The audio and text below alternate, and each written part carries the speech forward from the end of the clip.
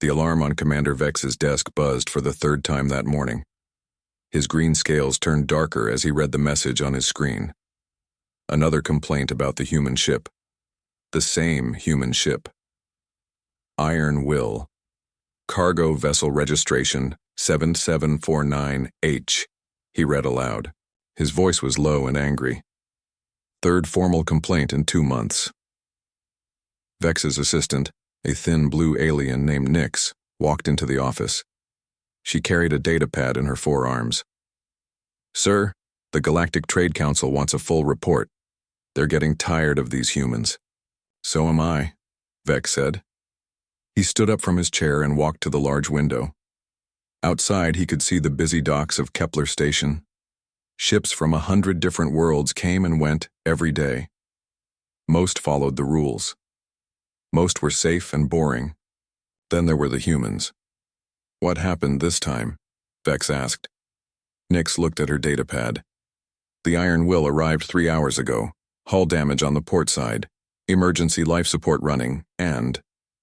She paused. And what? Sir, they appear to have weapons.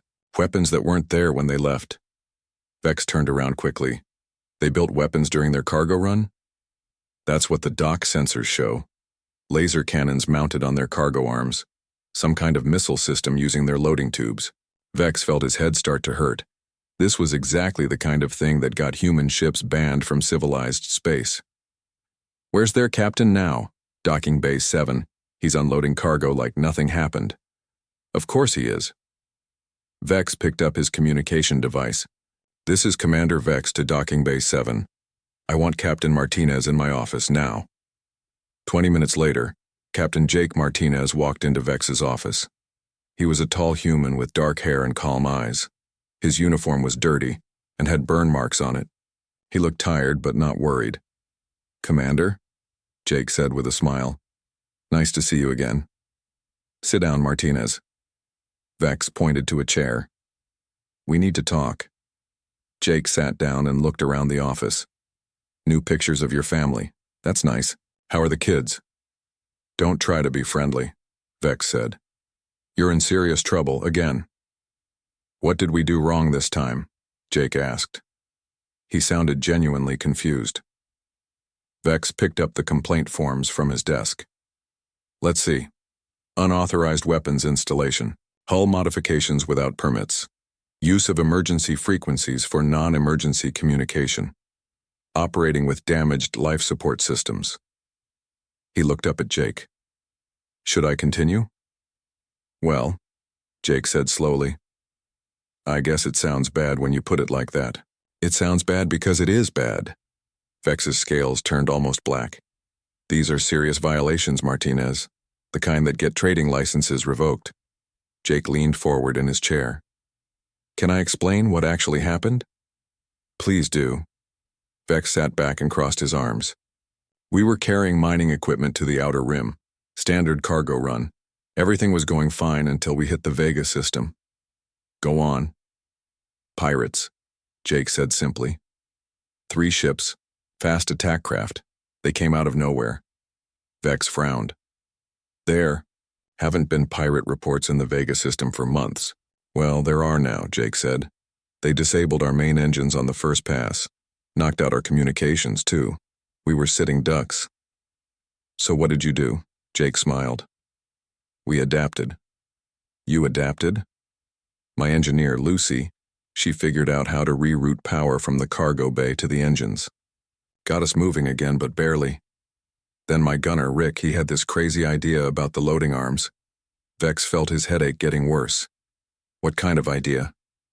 The pirates were small and fast, right? Hard to hit with normal weapons. But cargo loading arms? They're designed to grab big, heavy things. Rick figured if we could mount some mining lasers on them. You turned your cargo equipment into weapons. Pretty much, yeah. And the missile thing? That was just loading tubes shooting mining charges. Not very accurate, but loud enough to scare them off. Vex stared at Jake for a long moment. And the hull damage? One of them got a lucky shot before we scared them away. Nothing serious. Emergency patches held fine. Emergency patches, Vex repeated. On life support systems. Lucy knows what she's doing, Jake said. We never lost pressure. Air recycling worked the whole time. Vex stood up and walked to his window again. Below, he could see Jake's ship. The iron will looked like it had been through a war. Burn marks covered the hull. Strange metal patches were welded over holes. The cargo arms had clearly been modified with weapon mounts, but it was still flying, still working, still carrying cargo. Martinez, Vex said without turning around, do you understand why we have safety regulations? To keep people safe, Jake said. That's right, to keep people safe. These rules exist because space is dangerous. Equipment fails, people make mistakes. The regulations help prevent disasters. I understand that, Jake said. But what happens when following the rules gets you killed? Vex turned back to face Jake. What do you mean? If we had followed standard procedure, we would have shut down all non-essential systems and waited for help. The pirates would have boarded us, taken our cargo, and probably killed my crew. Jake's voice was calm but serious. Instead, we improvised. We adapted. We survived. You also broke a dozen safety laws. Better than being dead. Vex sat back down at his desk. He picked up his communication device and pressed a button. Nix, get me Inspector Kale at the Trade Council. Tell him it's urgent. Jake raised an eyebrow. Inspector? The Trade Council is sending someone to investigate your ship, Vex said. Inspector Kale specializes in safety violations. He's very thorough. When will he arrive? He's already here. Been waiting for 3 days to inspect human vessels. Vex looked at Jake with something that might have been sympathy. Kale doesn't like it when people break rules, Martinez. Any rules. Jake nodded slowly. I see. The Council is considering new restrictions on human ships, maybe even banning them from certain sectors. Vex's scales were slowly returning to their normal green color. Too many complaints. Too many incidents. And if we lose our trading license? Then you find a new job. Somewhere that doesn't require space travel. Jake stood up. Is that all, Commander? For now. But Martinez? Vex looked up at him. Inspector Kale will be boarding your ship tomorrow morning. I suggest you prepare your crew. We'll be ready, Jake said. He walked to the door, then stopped. Commander? What? Those pirates? They hit 2 other ships in the same system last week, killed 4 people, took everything. Jake's voice was quiet. We stopped them. Not the authorities, not the patrol ships. Us. Vex watched Jake leave his office. Then he turned back to his window and looked at the iron will again. The ship was ugly, damaged, and probably violated every safety regulation in the book. But it was still here. Its crew was still alive. And somewhere in the Vega system, 3 pirate ships were running for their lives. Vex pressed his communication button again. Nix? Yes, sir. Send a message to the Trade Council. Tell them Inspector Kale can board the human ship tomorrow. But also tell them. He paused. Tell them I want to be there too. Sir? I want to see this for myself. Outside his window, the iron will continued unloading its cargo. Despite everything wrong with it, the ship kept working. Just like its crew. Just like all humans, Vex thought. They never knew when to quit. Inspector Kale stepped onto the iron will with his scanner in one hand and a datapad in the other. He was a tall, thin alien with 6 arms and large black eyes. His green uniform was perfectly clean and pressed. Every piece of equipment he carried was regulation standard. The inside of the human ship made him stop walking. What is this? Kyle asked himself. The walls were covered with patches of different metals. Pipes ran in directions that made no sense. Wires were taped to the ceiling with some kind of silver material. Nothing looked like it belonged on a proper spaceship. Captain Jake appeared around a corner. Inspector Kale, welcome aboard. Sorry about the mess. Mess? Kyle looked around again. This is... How do you even fly this ship? Very carefully, Jake said with a smile. Would you like the tour? Kyle opened his datapad and started typing. Yes. I need to see everything. Every system. Every modification, every safety violation. That might take a while, Jake said. They walked down the main corridor. Kale's scanner beeped constantly. Every wall panel showed something wrong. Missing screws, non-standard materials, electrical systems that didn't match any known design. Here's the engine room, Jake said, opening a heavy door. Kale stepped inside and immediately wished he hadn't. The engine room looked like a disaster area. Parts from different ship types were welded together. Control panels had been moved to strange places. Half the warning lights were covered with tape. A woman with short red hair looked up from a control console. She had grease on her face and her clothes were dirty. "Inspector, this is Lucy, our engineer," Jake said. "Ma'am," Kale said politely. Then he looked at his scanner. The readings made no sense. "What have you done to these engines?" Lucy wiped her hands on a cloth. "Which part?" "All of it." Kale pointed at the main drive unit. "This is a Class 7 engine, but it has Class 5 power, couplings, and are those Class 9 cooling systems?" "Good eye," Lucy said. "We had to replace the original couplings after the Centauri run. Pirates damaged them with some kind of energy weapon. Couldn't find Class 7 replacements, so I used what we had." Kale typed quickly on his datapad. "That's a major safety violation. Different classes aren't compatible." "Tell that to my engines," Lucy said. "They've been running fine for 6 months." Kyle checked his scanner again. The power output was actually higher than normal. The efficiency ratings were better than standard. "This is impossible."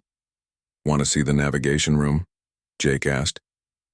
They climbed up a ladder to the next level. The navigation room was even worse. The main control console had been completely rebuilt. Screens were mounted at odd angles. The star charts looked like they had been drawn by hand. A young man with dark hair sat at the pilot station. He was playing some kind of music while he worked. "Tom, our pilot," Jake said. "Tom, this is Inspector Kale." Tom turned around and smiled. "Hey there. How do you like our ship?" Kale didn't answer. He was staring at the navigation computer. "What is this system?" "Oh, that's my baby," Tom said proudly.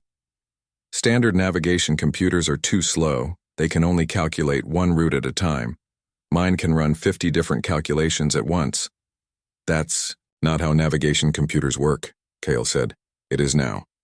Tom turned back to his console. "Watch this." He typed something, and the screens filled with numbers and star charts. Different routes appeared and disappeared in seconds. The computer was calculating hyperspace jumps, asteroid field paths, and emergency routes all at the same time. "Impressive, right?" Tom said. "Saved our lives more times than I can count." Kale's scanner was beeping so fast it sounded like an alarm. "This is completely against regulations. Navigation computers must have safety locks, backup systems, automatic shutoffs." "Had all that stuff," Tom said. "Removed it. Just slowed everything down.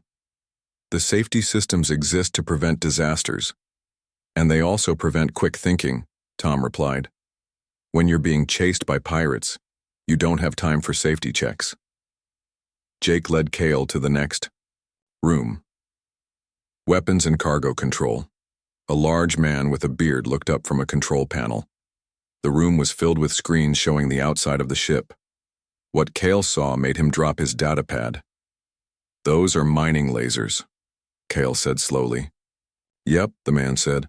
"I'm Rick, by the way. You've mounted mining equipment on cargo handling arms. Had to. We don't have a weapons license, so we can't carry military lasers. But mining equipment? That's just cargo." Rick grinned. "Smart, right?" Kale picked up his datapad with shaking hands. "This is the most dangerous thing I've ever seen. Cargo arms aren't designed for weapon mounting. The stress could tear your ship apart." "Hasn't happened yet," Rick said, "and it worked pretty well against those pirates. You could have killed yourselves. Maybe. But we didn't kill ourselves. We killed the pirates' engines and scared them away." Rick turned back to his controls. "Sometimes dangerous is better than dead." Jake showed Kale the rest of the ship. Every room had modifications. The medical bay used kitchen equipment for some procedures. The sleeping quarters had extra life support systems built from spare parts. Even the bathrooms had been changed to save water and power. After 2 hours, Kale sat down in the ship's small meeting room. His datapad was full of violations. His scanner had recorded hundreds of safety problems. By all the rules he knew, this ship should not be able to fly. But it did fly. And according to the records, it had never missed a delivery. Never lost cargo, never lost crew members. Captain Martinez, Kyle said slowly. I need to ask you something. Sure. How many times has this ship almost been destroyed? Jake thought, for a moment. This year? Maybe 20 times. Last year was worse. 20 times? Space is dangerous, Inspector. Equipment fails. Pirates attack. Asteroid storms happen. Solar flares can kill you. If you follow all the safety rules, you spend most of your time hiding in safe systems. That's the point of safety rules. Maybe for some people. Jake sat down across from Kale. But we're cargo runners. We go to dangerous places because that's where people need supplies. Outer rim colonies, mining stations, research outposts. These places can't wait for safe deliveries. Kale looked at his datapad again. Page after page of violations. Inspector, Jake continued, can I show you something? Jake pulled out his own datapad and showed Kale a list of deliveries. Medical supplies to Frontier Station during the plague outbreak.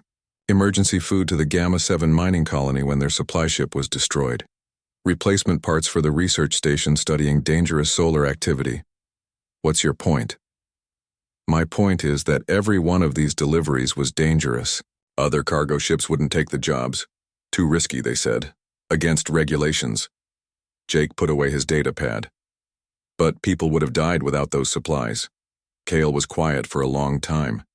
Finally, he asked, Inspector, what happens if you report all these violations? The Trade Council will revoke your license. You'll be banned from carrying cargo. And the next time Frontier Station needs emergency medical supplies? Kyle didn't answer. The next time pirates attack a slow, regulation-standard cargo ship in the outer systems? Still no answer. Jake stood up. Inspector, I have a suggestion. What? Stay with us for our next cargo run. See how we actually work. Then decide if we're really dangerous. Kale looked around the strange, modified ship. Every instinct told him to write his report and recommend immediate shutdown. These humans were reckless, they broke every rule. But they were also alive, and effective, and brave. Where are you going next? Kyle asked. Gamma 7 mining colony, routine supply run. Kale closed his datapad. How routine? Jake smiled. With us? Nothing's ever routine. Against his better judgment, Inspector Kale decided to find out what that meant. The journey to Gamma 7 mining colony started peacefully. Inspector Kale sat in the observation deck watching the stars move past. The Iron Will was flying with a military escort ship called the Star Guardian. Everything seemed normal. See? Captain Jake said, sitting down next to Kale. Sometimes we have boring trips too. Kale was writing notes on his datapad. Your ship is maintaining proper distance from the escort. Following standard flight patterns, I'm almost impressed. Don't get too comfortable, Tom's voice came over the speaker system. We're entering the debris field around Gamma 7, through. The window, Kale could see chunks of metal and rock floating in space. Old mining equipment, broken asteroids, and pieces of destroyed ships created a dangerous maze around the mining colony. This area is known for equipment problems, Jake explained. Something about electromagnetic interference from the planet's core. Ships break down here all the time. As if Jake had predicted it, warning lights started flashing on the bridge. Tom's voice came over the speakers again, but this time he sounded worried. Captain, we're getting a distress signal from the Star Guardian. Jake jumped up. What kind of distress? Engine failure. Complete power loss. They're drifting into the debris field. Kale followed Jake to the bridge. On the main screen, they could see the military escort ship. It was dark and silent, slowly, spinning as it drifted toward a large chunk of twisted metal. How many people on board? Jake asked. 37, Tom replied. Full crew and some passengers.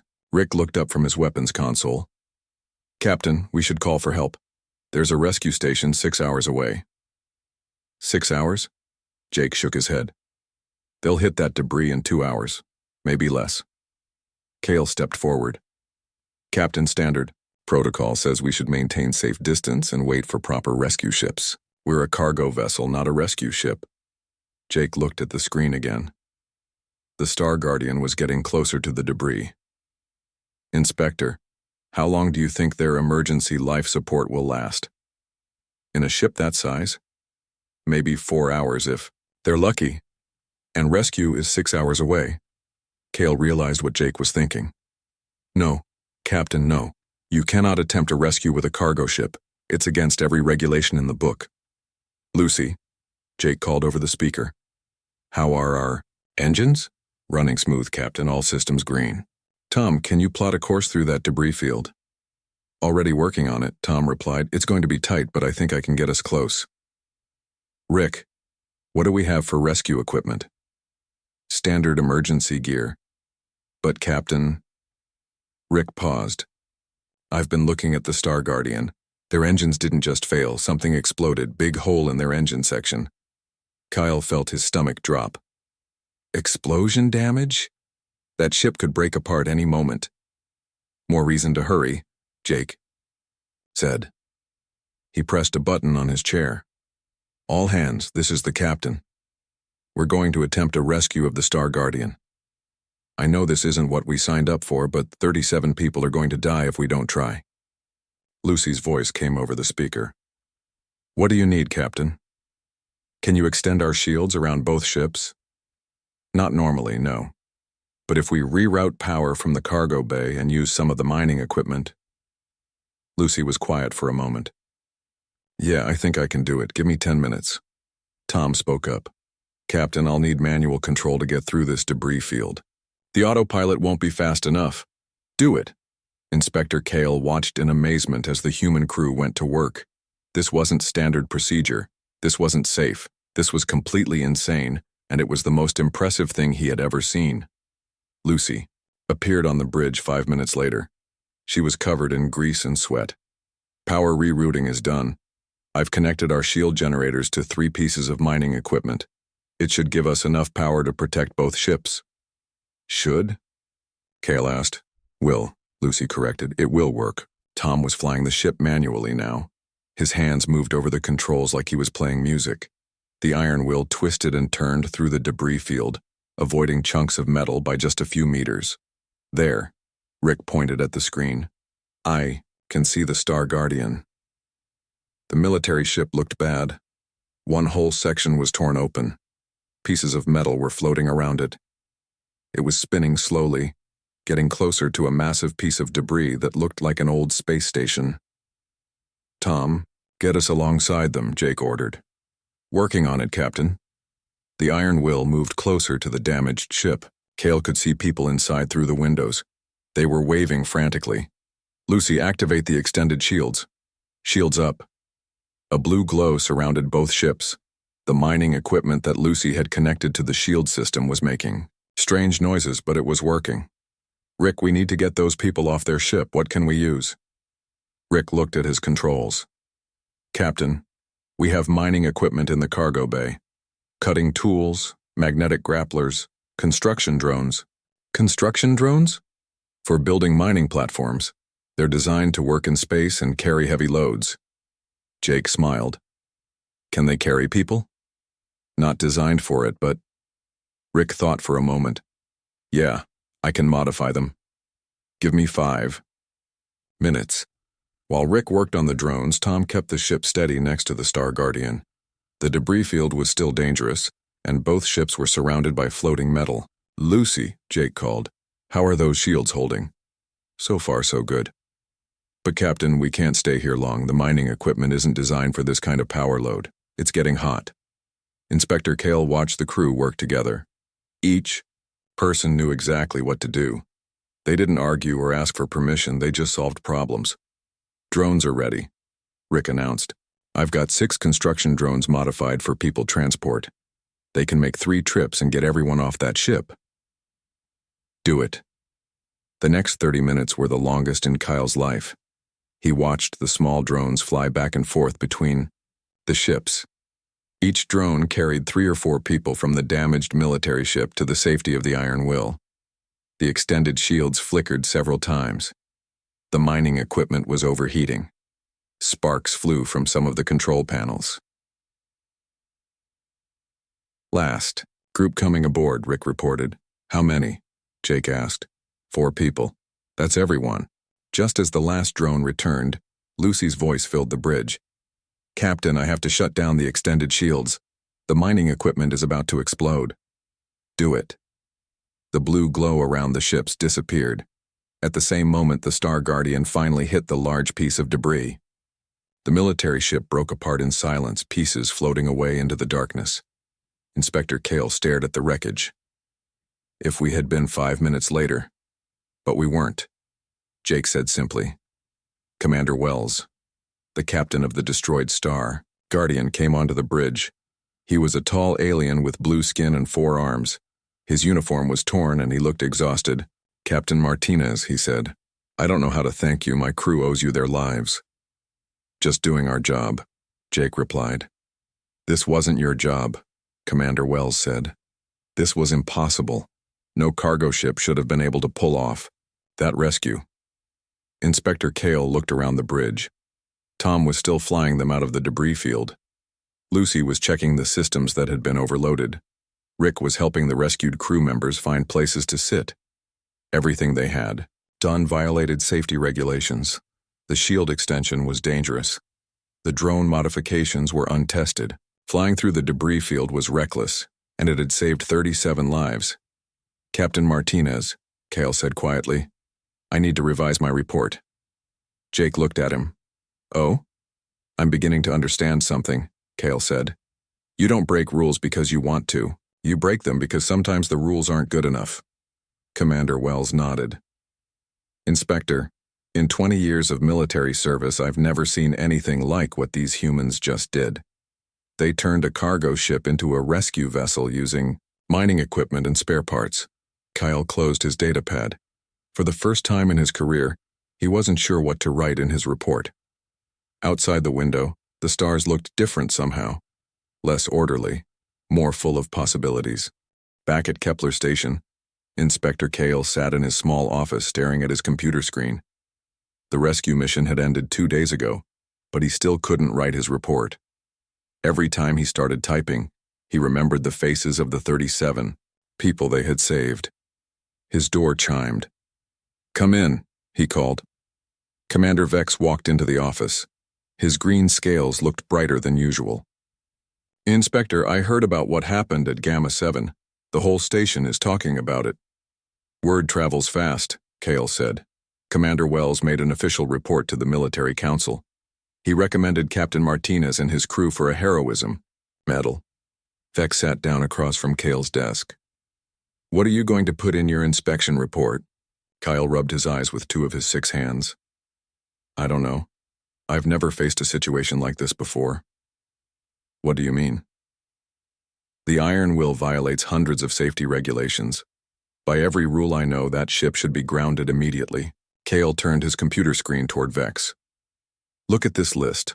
Unauthorized modifications, dangerous power systems, untested equipment combinations. Vex read the list and whistled.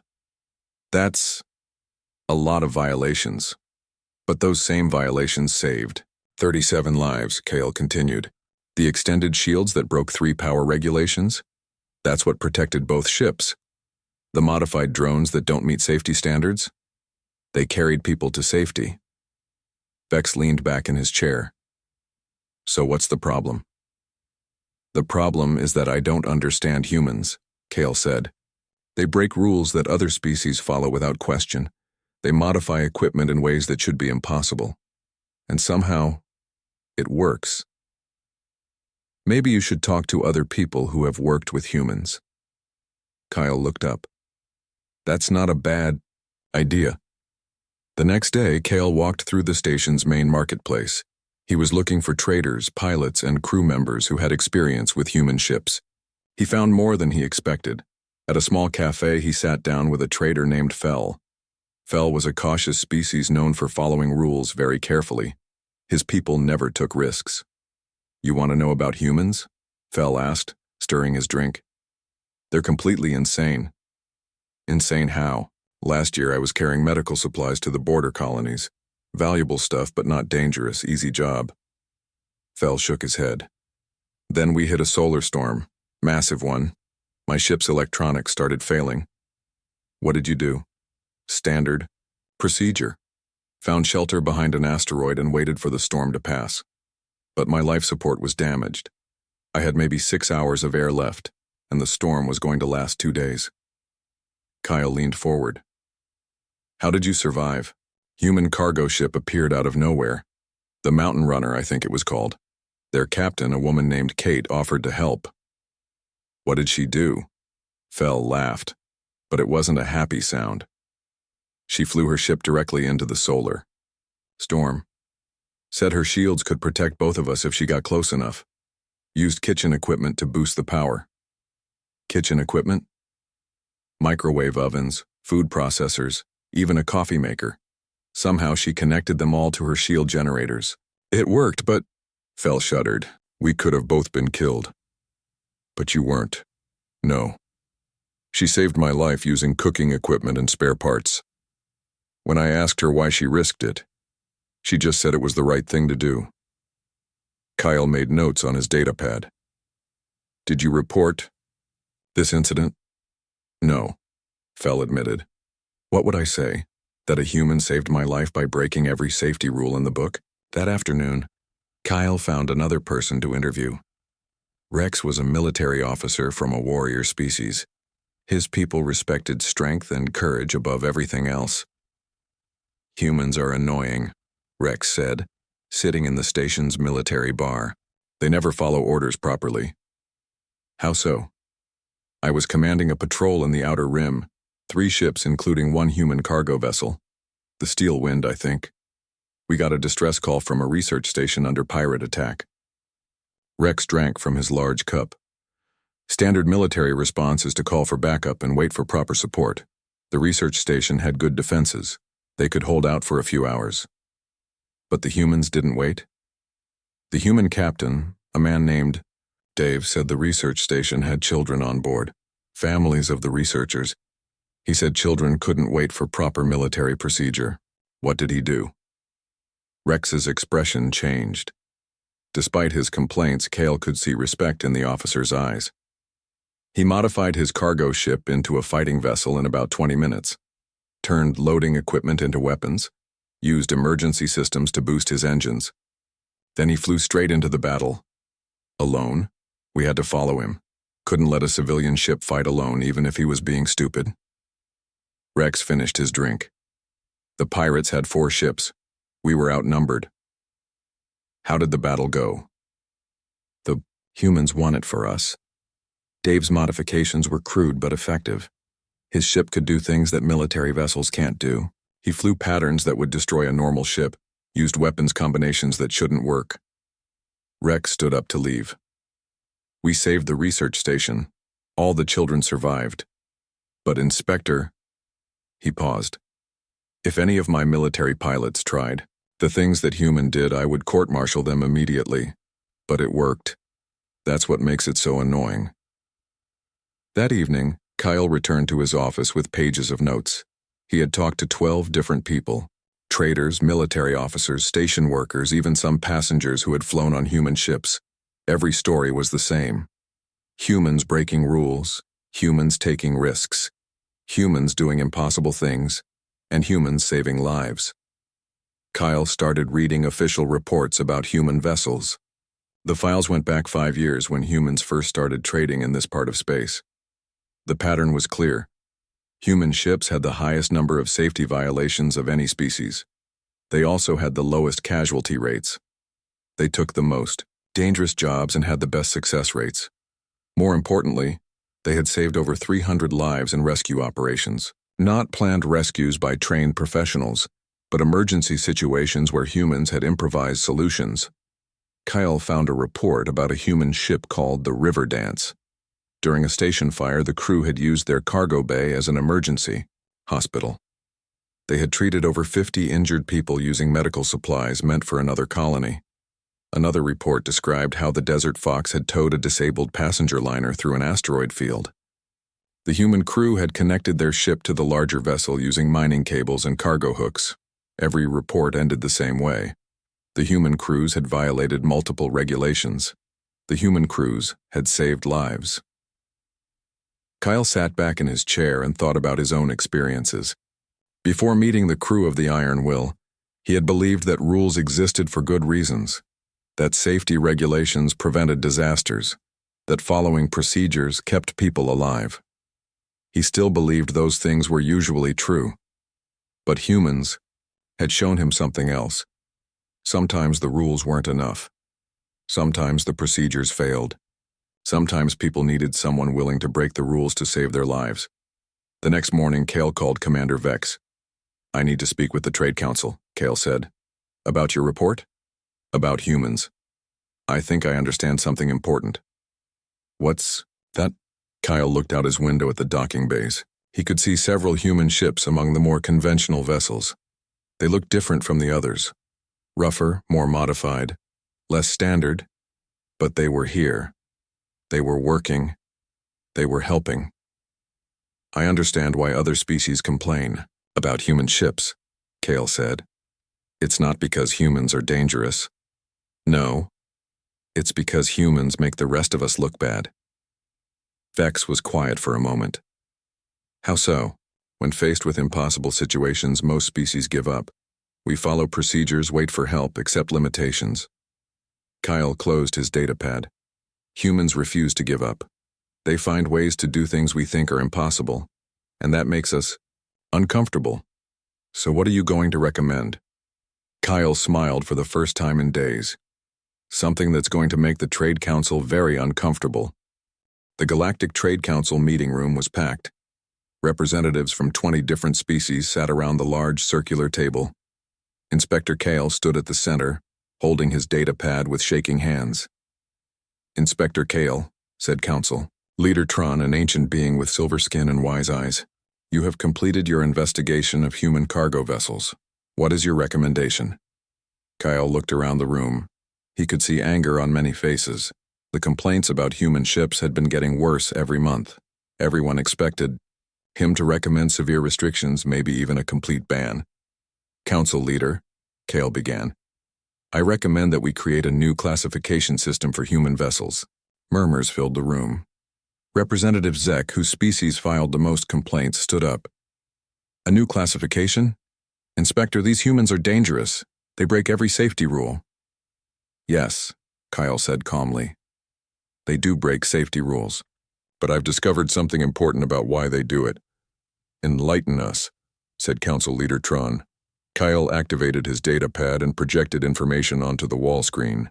In the past 2 years, human cargo vessels have been involved in 43 emergency rescue operations. They have saved over 400 lives. The room became quiet.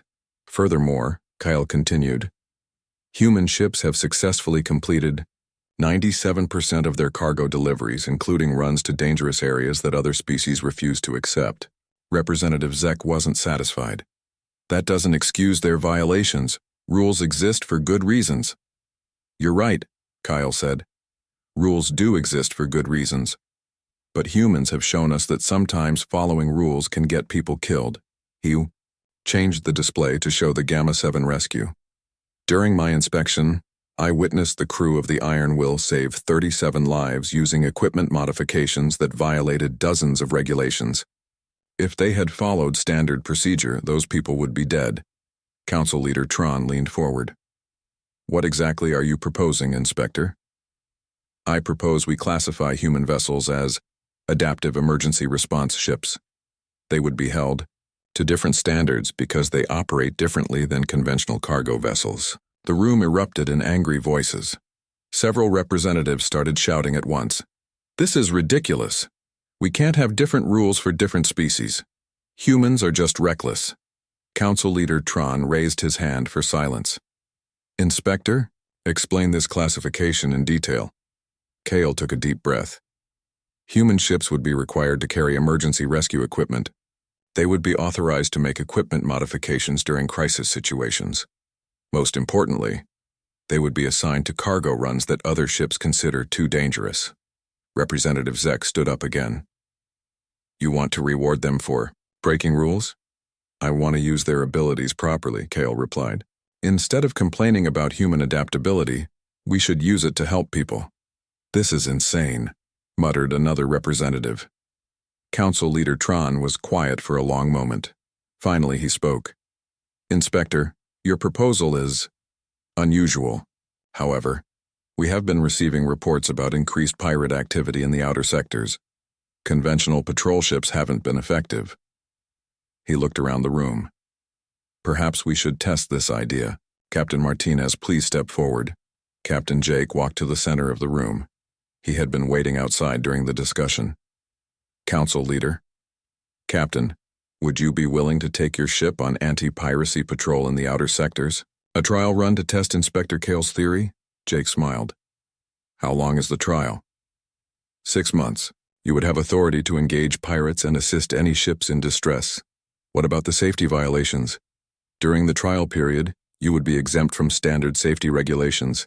However, you would report directly to Inspector Kyle about your activities. Jake looked at Kale, who nodded. We accept. Representative Zek shook his head. This is a mistake. Mark my words, this will end badly. 6 months later, the same council room was packed again. But this time the mood was different. Instead of anger, there was curiosity and surprise. Inspector Kale stood at the center again, but he wasn't nervous anymore. The data on his screen told an impressive story. Council Leader, Kale began. The human anti-piracy trial has exceeded all expectations. The wall screen showed statistics and star charts. Pirate attacks in the outer sectors have decreased by 70%. The Iron Will and 3 other human ships have captured or disabled 15 pirate vessels. Council Leader Tron looked pleased. Any casualties among the human crews? None, sir. However, they have rescued over 200 people from pirate attacks and ship failures. Representative Zek looked confused. How is that possible? The outer sectors are the most dangerous part of space. Captain Jake stepped forward. Because we don't run away from danger. When other ships see pirates, they call for help and hide. When we see pirates, we stop them. But how? Asked another representative. You're cargo ships, not military vessels. Jake grinned. We adapt. My engineer Lucy has developed new shield configurations that work better against pirate weapons. Tom has created navigation systems that let us outfly smaller, faster ships. Rick has turned our cargo equipment into very effective weapons. Inspector Kale added more information to the display. The success has attracted attention from other species. 12 non-human crews have requested training in human-style problem-solving. What does that mean? Asked Council Leader Tron. Learning.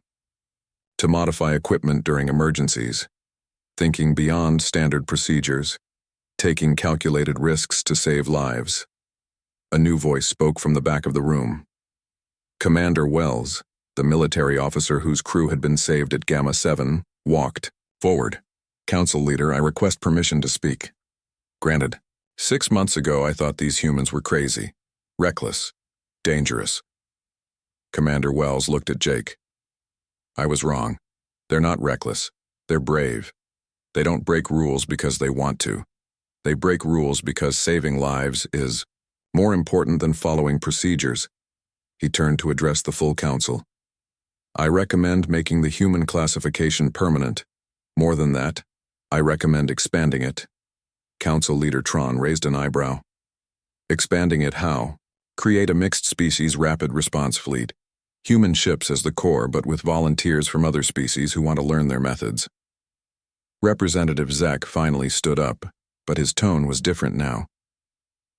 Commander Wells, are you saying that other species should learn to break rules like humans do? I'm saying that other species should learn that sometimes there are more important things than rules. Council Leader Tron called for a vote. All in favor of making the Adaptive Emergency Response classification permanent? 18 hands went up. Only 2 voted against. All in favor of creating a mixed-species rapid response fleet? 16 hands went up. Motion carried, Council Leader Tron announced. Inspector Kale, you will oversee the formation of this new fleet. Captain Martinez. Congratulations. You are now officially appointed as Fleet Commander of Rapid Response Operations. Jake looked surprised. Fleet Commander? You'll need a bigger ship, Kyle said with a smile. 1 year later, Inspector Kyle stood on the bridge of the New Horizons, a massive mobile command station built from a derelict space station and human ingenuity. Captain Jake's fleet now included ships from 12 different species, all trained in adaptive problem-solving. Through the main window, Kale watched a rescue operation in progress. A passenger liner had suffered engine failure near a black hole. Standard procedure would be to wait for specialized rescue ships, but Jake's fleet was already in action. Human ships were extending shields around the liner, while alien crews used modified equipment to repair the engines. The rescue would take 2 hours instead of 2 days. Inspector, Jake said, walking onto the bridge. We just received 3 new requests for assistance. A mining station fire, a research vessel trapped in an asteroid field, and reports of pirate activity near the trade routes.